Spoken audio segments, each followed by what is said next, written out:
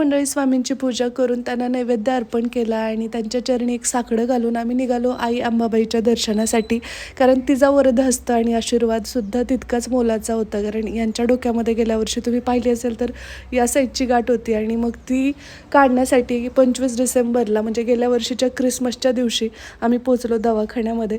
हा पहिला माणूस असेल जो इतका आनंदी होता ऑपरेशनच्या दिवशीसुद्धा. आणि मी म्हणत होते की मैं हो ना, टेन्शन घेऊ नका, कारण की आपणच टेन्शन घेतलं तर पुढचा माणूस खूप घाबरून जातो. त्यांना मस्त अशी कॉफी दिलेली मी, ते खूप खुश झालेले. आणि इथं पाहू शकताय, इथं क्रिसमस ट्रीसुद्धा छान सजवलेला आहे. बाकीच्या ज्या काही फॉर्मॅलिटीज आहेत त्या पूर्ण करताना माझे हात मात्र थरथर कापत होते, कारण ऑपरेशनसाठी आम्ही दोघंच गेलेलो. आधार द्यायला सोबत पाठिंब्यासाठी मोठं घरातलं असं कोणी नव्हतंच, त्यामुळे सही मलाच करणं होतं. आणि ते सगळं वाचून मग आपल्याला साईन करताना अगदी मन भरून येतं, पण मी त्या चेहऱ्यावरती अजिबात. त्यानंतर यांना ऑपरेशनला आतमध्ये घेतलं आणि मग माझ्या संयमाचा जो बाण फुटला